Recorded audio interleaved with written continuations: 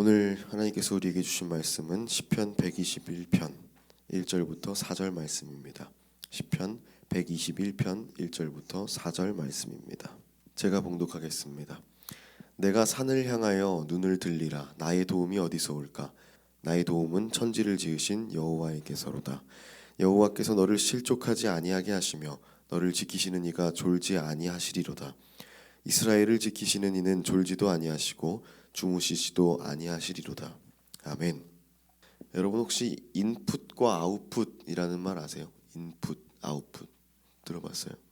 저의 경우에는 설교를 통해서 여러분과 말씀을 나누는 게 내보내기, 즉 아웃풋이라면 개인이 말씀을 묵상하고 또 공부하면서 하나님과 관계 맺는 인풋의 시간이 분명히 필요합니다.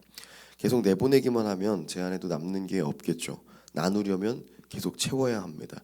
그런데 사역에 집중하다 보면, 그러니까 계속 나누는 역할만을 하다 보면은 이 인풋에 집중할 수 있는 시간이 많지가 않습니다. 성경을 집중적으로 공부할 시간이 부족하다는 이야기예요. 교회를 개척하고 단독 목회를 하면 굉장히 바빠질 줄 알았는데 코로나가 터지면서 집회도 많이 취소되고 아르바이트도 많이 연기되고 없어져가지고 지금은 꽤 공부할 시간이 많아서 불행 중 다행입니다. 그런데 예전에 대학원 공부하면서 주말마다 춘천 모교회에서 중고등부 사역을 할 때에는 정말로 시간이 없었어요. 신학생들이 정말 그렇게 열심히 삽니다. 공부하랴, 사역하랴, 아르바이트하랴 정말 바쁩니다. 방학 시간에는요 좀 시간이 되지 않나 이렇게 물으실 수 있는데, 방학에는 수련회가 있습니다. 수련회 준비, 진행, 마무리까지 어떻게 은혜 가운데 잘 마치고 나면 딱 한 주 정도의 개인 시간이 생겼던 것 같아요. 그때가 우리들의 어떤 집중적인 인풋 타임이었습니다. 저는요 그때를 성장의 기회로 삼곤 했었습니다. 그 시간을 얼마나 알차게 보냈느냐가 진짜 중요했어요. 저는 10년 동안 그 간사 전도사 사역하는 동안에 이렇게 돌아보면은 작년 여름 수련회 후에 주어졌던 그 짧은 인풋의 시간을 정말 역대급으로 최고의 한 주로 보냈던 것으로 기억합니다.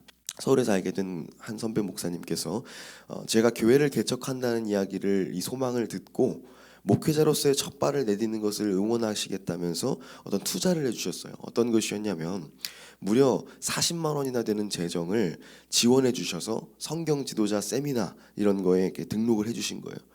신천지 그따위 거 아니고 진짜 좋은 그런 프로그램에 등록을 해주신 겁니다. 그곳에서는 일주일 동안 새벽 6시부터 밤 11시까지 성경을 연구하고 공부했습니다. 성경을 처음부터 끝까지 개관하는데, 개관 이렇게 쭉 한번 살펴보는데 같이 읽는 게 아니고 거기 오시는 분들은 성경을 가르치는 일들을 하시는 분들, 목사님들 혹은 선교사님들이니까요. 성경을 다 읽었다는 전제하에 우리는 무엇을 공부해야 하고 우리가 알고 있던 것들이 무엇이 잘못되었는지 한번 돌아보고 또 우리는 무엇을 어떻게 가르쳐야 되는지 이렇게 배우는 그런 시간이었습니다. 저는 개인적으로 대학원 신학교 6년을 통틀어서 아마 그때만큼 단기간에 많은 것을 생각하고 말씀에 집중해 본 적이 없었던 것 같아요. 그 일주일이. 첫날 가서 등록하고 기숙사를 이렇게 배정을 받는데 이름하고 소속 교회가 이렇게 쭉 나이 순으로 이렇게 차트가 있는 거예요. 쭉 보니까 거의 목사님 들이시니까 제가 제일 이제 어린 것 같더라고요. 근데 이렇게 쭉 보니까 또 뭐 이 나이에 막내네 이러면서 이렇게 좀 살펴보고 있었어요. 그런데 20살짜리가 보이는 거예요. 그래서 제가 이제 그 29이었으니까 그 당시에 있고 20살짜리가 있는 거예요. 그래서 얘는 뭐지? 멋진데? 이렇게 속으로 생각하고 있었어요. 근데 앞에 등록하시는 분이 이제 어떻게 하는지 쭉 지켜보고 있는데 일단 자기 이름을 말하고, 그리고 그 차트를 보면서 자기와 비슷한 연령대 혹은 뭐 지역 이런 걸로 룸메이트가 될 사람들을 이렇게 찾더라고요. 그래서 전 속으로 기왕이면 어르신이랑 이제 방을 써야지 이렇게 생각을 했습니다. 같이 공부하고 그리고 좀 배울 수 있는 사람이면 더 좋을 것 같았어요. 제 차례가 왔습니다. 그런데 저는 방이 정해져 있는 거예요. 이미. 그래서 뭐지? 근데 이제 그럼 룸메이트가 누구지? 이러고 봤더니 그 제일 어린 친구, 그 20살 그 청년이 이렇게 딱 돼 있는 거예요. 그래서 저는 스텝한테 물었습니다. 이 친구가 저를 지명했나요? 이렇게 물었더니 거기 스텝이 아닙니다. 저 친구 그 친구 아버지께서 전도사님을 아시던데요. 이렇게 이야기하는 거예요. 전도사님이랑 꼭 방을 묶어달라고 하셨다고. 이렇게 얘기하시는 거예요. 저는 그때부터 심각한 고민에 빠지는 거예요. 아, 그 아버님은 도대체 누구신가? 나를 아는 그분은 누구신가? 누구지? 막 OT가 시작하기 전까지 계속 그것만 생각하고 있었어요. 누구실까? 누구실까? OT가 끝나고 배정된 방으로 이제 가면서 11시에 들어가면서 그 청년을 이제 처음 만났어요. 얼굴이 좀 낯이 있긴 하더라고요. 그래서 인사를 하더라고요. 안녕하세요, 형. 이렇게 하는 거예요. 그래서 너 누구니? 이렇게 속으로 이렇게 생각하면서 제가 그 아이에게 처음 했던 말이 지금도 기억이 나는데 안녕 반가워. 근데 아버지가 누구시니? 이렇게 물었던 기억이 있어요. 근데 그 아이가 이렇게 말하는 거예요. 누구누구 목사님입니다. 이렇게 이야기하는 거예요. 아, 저 신학생 때 저희 모교회에 부목사님으로 계셨던 목사님이셨어요. 아주 그러니까 제가 막 20살, 21살 때. 그리고 제가 그러니까 초등부 간사일 때 그 아이가 초등학생이었어요. 그때서야 이제 기억이 나더라고요. 반갑게 이제 인사 나누고 방을 같이 쓰게 됐어요. 이 친구가 제가 졸업한 학교에 이제 입학을 했더라고요. 감신대에. 그래서 후배고 동생이기도 한 어떤 그런 친구가 된 거죠. 근데 이 아이가 그럽니다. 말씀 많이 들었어요, 형. 뭐도 하고 그것도 뭐 하고 저것도 하고 뭐 이거저거 잘하신다고 아버지께서 많이 배우라고 하시더라고요. 이때부터 부담이 막 오는 거예요. 같은 방을 쓰게 됐습니다. 일주일 동안 새벽 6시부터 밤 11시까지 그리고 심지어 숙소도 이제 같이 쓰게 된 거예요. 근데 이게 진짜 힘든 게 뭐냐면 본을 보여야 되잖아요. 수업 시간에 졸면 안 되고 늦잠도 자면 안 되고 말도 조심해야 되고 저한테 배우겠다는 이 아이가 제가 어떤 실수하는 모습이라도 보게 되면 어떡해요? 막 저 때문에 시험 들고 막 실족하고 이러면 안 되잖아요.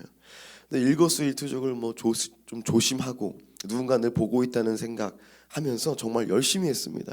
일주일이 지나고 춘천으로 이렇게 돌아오는 열차를 이렇게 딱 타가지고 ITX를 딱 타가지고 창밖을 딱 보면서 제가 한숨을 후 이렇게 몰아쉬면서 이런 와 진짜 치열했다 이런 생각을 딱 하게 되더라고요. 근데 그때 그 이야기가 생각나는 거예요. 어떤 이야기였냐면은 북한에 잠깐 공무차 일이 있어가지고 나라에서 보내준 거예요. 어떤 목사님이 갔다 오셨는데 그분이 일주일 동안 거기를 지내셨대요. 거기 북한에서 지내셨대요. 근데 그때 북한 수행원이 1초도 빠짐없이 감시하고 따라다녔대요. 화장실까지도. 그래서 그분이 돌아와서 그 여정을 회고하면서 이런 말을 하셨다는 거예요. 내 생에 이 일주일보다 더 거룩하게 보냈던 시간은 없었다. 누군가에서 지켜보고 있으니까. 근데 제가 딱 그런 시간을 보냈더라고요. 온전한 시간이었습니다. 매일 말씀 보면서 부지런하게 열정적으로 도덕적으로 올곧게 아주 거룩한 시간이었어요. 그리고 이윽고 생각하게 됩니다. 아니 동생이 후배가 그러니까 사람이 보고 있어도 내 삶이 이렇게 거룩해지는데 하나님과 늘 함께하고 있는 나는 왜 평소에는 왜 이렇게 거룩할 수 없었는가? 여러분 어느 수도원에서 수도원장이 자신의 뒤를 이어서 수도원을 이제 운영할 사람을 선택하기 위해서 3명의 수도사를 불렀습니다. 그리고 그들에게 각각 한 마리씩 닭을 주면서 미션을 줍니다. 아무도 보지 않는 곳에 가서 이 닭을 잡아오세요. 이렇게 이야기한 겁니다. 그들은 각각 흩어져서 닭을 잡습니다. 그리고 그들이 다시 모였습니다. 그중 2사람은 닭을 요리해 가지고 왔어요. 그런데 한 사람은 살아있는 닭을 다시 데리고 이렇게 온 거예요. 딱 와가지고 그 사람에게 수도원장이 묻습니다. 당신은 왜 닭을 잡지 않았습니까? 이렇게 물었어요. 그랬더니 이제 그 사람이 대답합니다. 언제 어디에서나 하나님이 함께 하시기 때문에 아무도 보지 않는 곳이 없었기 때문에 저는 닭을 잡을 수가 없었습니다. 수도원장은 굉장히 기뻐하면서 그에게 수도원장 역할을 이렇게 넘겨주고 은퇴했다고 합니다. 우리는 늘 있습니다. 하나님께서 우리와 함께 하신다는 것을 잊어요. 어쩌면 머리로는 인지하지만 마음이 따르지 않을 때가 많은 것 같아요. 여러분 하나님께서 우리와 함께 하신다는 것을 혹시 믿으세요? 믿으십니까? 지금 여러분을 지켜보고 있다는 것도 믿으십니까? 근데 우리는 늘 그분이 함께 하심을 인지하면서 날마다 거룩을 입고 구별된 크리스찬으로 살고 있냐 말이죠. 이거 우리가 한번 생각해 봐야 된다는 겁니다. 늘 하나님 앞에 있다는 마음으로 우리가 과연 살고 있는지. 누구도 당당히 대답하지 못하는 지금 우리 여기 모여 있는 3명 그리고 이렇게 피카츄까지 대답을 할 수가 없어요. 이게 굉장히 돌아보면은 좀 부끄럽거든. 누구도 당당히 대답하지 못하는 이 유감스러운 이 상황이 우리의 어떤 지금 모습입니다. 만약 우리가 삶 가운데 거룩하지 못하다면 내가 하는 행동들이 생각들이 거룩하지 못함을 알면서 그것이 누구도 알지 못하는 나만의 비밀이라고 어떤 생각하고 행하고 있다면 그것은 하나님께서 나와 함께 하신다는 것을 아마도 믿지 못하는 겁니다. 입술로는 고백하지만 사실은 아닐 수도 있다는 거예요. 하나님이 함께 하신다는 것을 믿지 못하는 그런 일들은요, 이런 일뿐이 아닙니다. 우리는 삶 가운데 많은 문제를 만나요. 그런데 그러면 여러분은 이런 나쁜 상황들을 만났을 때 여러분이 하는 가장 먼저 무엇을 하십니까? 우리는 교육받은 대로 아마 기도라고 생각을 할 거예요. 기도라고. 그런데 여러분, 제가 한번 질문해 볼게요. 여러분이 어려움을 만났을 때 정말로 처음 하는 그 반응이 정말로 기도입니까?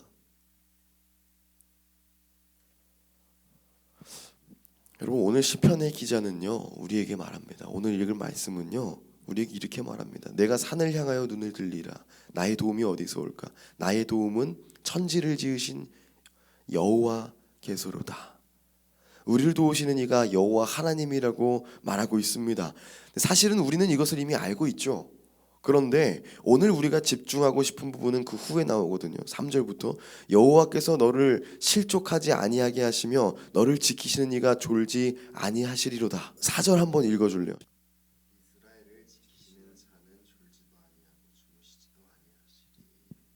아멘. 이스라엘을 지키시는 이는 졸지도 아니하시고 주무시지도 아니하시리로다. 이렇게 성경은 이야기하고 있습니다. 이스라엘, 그러니까 하나님의 사람을 지키는 그분께서 졸지도 않고 주무시지도 않고 우리와 함께 하신다는 거예요. 우리 어릴 적에 제 이야기이기도 한데 밤에 이렇게 아버지가 이렇게 TV 앞에서 뉴스 틀어놓고 주무시면요, 우리 리모컨 조용히 가져와서 이렇게 채널을 돌리거든요. 근데 그러면 아버지가 기가 막히게 알아차리시고 뭐라 그러시죠? 아빠 안 잔다 이러시잖아요. 오늘 설교의 제목이 아빠 안 잔다거든요. 우리 하나님도 안 주무세요. 그것이 어디이든 언제이든 상관없이 오히려 초월하여서 우리와 함께하고 계시다는 거예요. 쉬지 않고 우리와 함께 하신다는 것입니다. 아빠 안 잔다, 이것을 기억하세요. 하나님 아버지 안 주무십니다. 늘 우리를 지켜보고 계세요. 그런데 우리는 그것을 잊습니다. 예를 들어서 지인과 다퉜다고 한번 우리 가정해 볼까요? 친구하고 다툰 거예요. 그럼 여러분은 뭐부터 하십니까? 어떤 거부터 하시는 것 같아요? 우리는요 쉽게 우리의 힘을 먼저 의지해요. 나의 생각과 나의 방법을 먼저 의지합니다. 먼저 고민하죠. 이 일을 어떻게 해결하지? 다른 친구한테 중재를 부탁할까? 혹은 내가 원하는 뜻대로 나에게 어떤 유리한 상황을 만들기 위해서 친구의 논리에 반박할 어떤 근거를 미리 한번 준비해둬 볼까? 우리는 그런 생각부터 하잖아요. 하나님은 뒷전이에요. 하나님을 나의 능력 안으로 제한하는 거예요. 우리의 모습입니다. 그런데 하나님이 우리와 늘 함께함을 인식한다면, 인지하고 있다면 다른 것이 아니라 하나님의 마음을 구할 겁니다. 하나님은 어떻게 해야 될까요? 그러면 하나님께서는요 우리의 마음을 지키게 하실 거예요. 아마도요. 그 친구를 이해하게 하실 거고요. 그 안에서 내가 정당하다, 의롭다 이렇게 생각했던 내 모습을 돌아보게 하실 것이고요. 하나님의 뜻 가운데로 이끄실 겁니다. 그것이 하나님이 우리를 보호하시는 한 방법이라고 저는 믿어요. 혹시 지금 삶의 자리가 광야와 같이 힘들고 고되고 혼자라고 생각되는 분 있으세요? 만약에 그렇다면요, 우리는 우리의 믿음을 먼저 돌아봐야 됩니다. 나는 과연 하나님을 신뢰하고 있는가? 하나님이 계시다는 것을, 그리고 지금 나를 지키고 계시다는 것을, 나와 함께 하신다는 것을, 우리 아버지 안 주무신다는 것을 우리가 믿는가를 한번 고민해 봐야 되는 거예요. 어렵죠. 보이지 않는 하나님을 하나님으로 고백하고요, 그분이 나와 함께 하신다는 것을 인지하려면 그것을 늘 인식한다는 것이 쉽지가 않잖아요. 그래서 예수 그리스도를 우리에게 주신 것입니다. 인간의 몸을 입은 하나님, 임마누엘 예수라고 하죠. 임마누엘은 하나님이 우리와 함께 하신다는 뜻입니다. 신의 모습을, 그 초월적인 권능을 멀게만 느껴지는, 그래서 인식하고 인지하기 힘든 우리에게 오신 하나님, 그리고 성령으로 계속 하시는 하나님, 함께 하시는 하나님, 우리는 그분을 선물 받은 거예요. 임마누엘 하나님이 우리와 함께 하신다. 그리고 예수 그리스도가 우리 안에 살아서 우리와 늘 동행하신다. 졸지도 않고 주무시지도 않으시며 24시간 언제 어디서나 우리를 지키신다. 그것이 오늘 우리 하루 고백이 되길 원합니다. 하나님이 함께하는 걸 믿으십니까? 우리가 우리 삶 가운데 거룩하지 못하다면, 우리가 어려움 가운데 홀로 절망하고 일어날 힘을 얻지 못한다면 유감스럽게도 우리는 주님이 계시다는 것을 믿지 못하는 거예요. 하나님이 늘 함께 하심을 기억합시다. 감시자로서가 아니라 지키시는 분으로 우리 안에 계시면서 우리를 구별된 거룩으로 이끄시고 하나님을 의지하며 붙드는 삶으로 이끄신다는 것을 우리 마음에 새겼으면 좋겠어요. 여러분, 혹시 인생에 어떤 가장 큰 파도를 만난 분 있으십니까? 그 어려움에 주저앉아서 낭망하고 있으신 분 계신가요? 고민하시는 분 계신가요? 걱정하지 마십시오. 하나님과 동행하는, 하나님이 함께하는 삶은요, 늘 그 결말이 해피엔딩입니다. 만약 내 인생이 지금 어려움 가운데 있다면, 나의 삶이 결코 행복하지 않다고 여겨진다면 다시 한번 나를 지키는 하나님을 바라보면서 결코 낙담하지 마십시오. 왜냐하면 그것은 결말로 가는 과정이기 때문입니다. 지금 내 인생이 불행하다면 나의 삶에 있는 하나님의 계획, 그 스토리가 아직 끝나지 않은 것입니다. 진행 중인 것입니다. 하나님과 동행하는 삶은 언제나 해피엔딩이니까요. 가장 중요한 것은요, 우리 삶에 하나님이 늘 함께 하신다는 것을 잊지 않을 때 우리 삶은 해피엔딩입니다. 우리가 아빠 안 잔다, 그 하나님을 기억하고 있을 때 우리의 삶은 해피엔딩인 거예요. 하나님께서 우리와 함께 하신다는 것을 잊지 않으면서 삶 가운데 늘 동행하는 우리가 되었으면 좋겠습니다. 기도하겠습니다. 하나님 감사합니다.